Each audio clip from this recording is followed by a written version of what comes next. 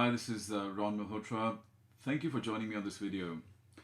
My reason for making this video is simply the fact that anytime I jump on social media now, I hear a lot of people and see a lot of posts being shared about mindset. And there's a lot of people that on a conscious level understand that the mindset is an important thing when it comes to life fulfillment or success. However, I'm not so sure if I believe that most people actually quite understand what mindset means. Because when I ask people and I say, well, you say something about mindset and you talk about the mindset, what's your definition of a mindset? And I kind of find that most people get stumped on that question. And most people perceive mindset to be synonymous with positive thinking, which is, I think, at a subconscious level, I think that's what most people think mindset is. And there's no doubt that positive thinking is conducive to a fulfilling life.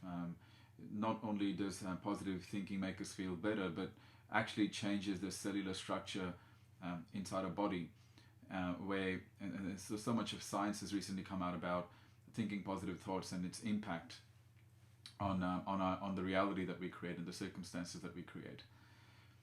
But is mindset just positive thinking?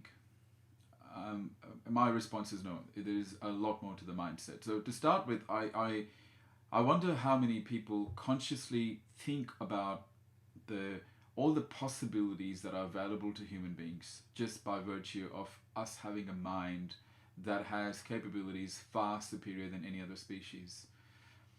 The human mind is an amazing thing. It's estimated that we have over 200 billion neurons in our mind.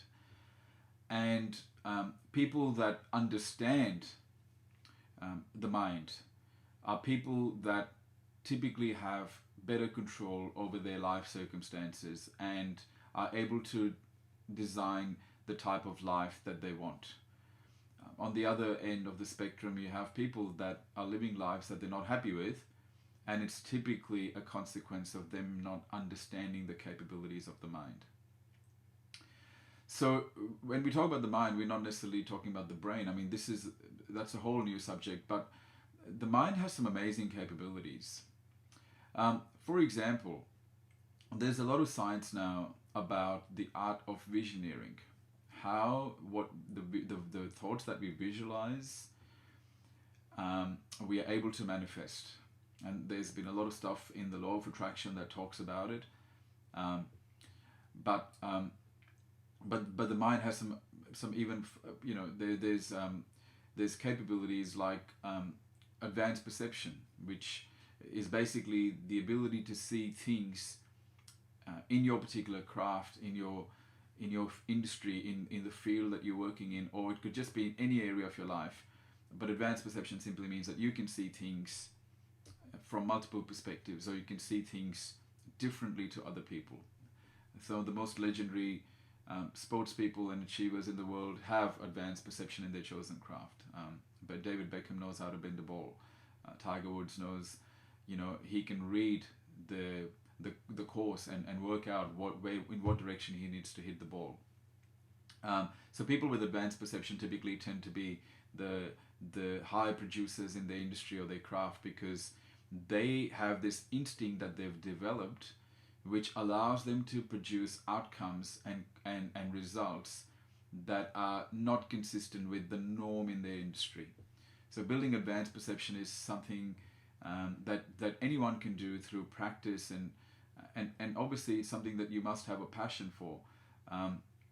Too many people try and be good at things that they adopt because of financial considerations. And the reality is you can always go from being average to good, but I don't believe that it's possible to be great in anything that you don't really feel too much passion for. So the passion is something natural, and it just it's something that comes from within yourself. Another one of the capabilities of the mind that continues to fascinate me is what they refer to as the reticular activation system, which is similar to a GPS system in a vehicle, where you pretty much type in the destination, and much like you just type in the destination, the place where you want to go, and the GPS works out how to get there. The reticular activation system in your mind is very similar. So it's a part of your brain. When you switch it on, it automatically starts to identify things that are potentially in your blind spot now, but things that you need in order to achieve your goals.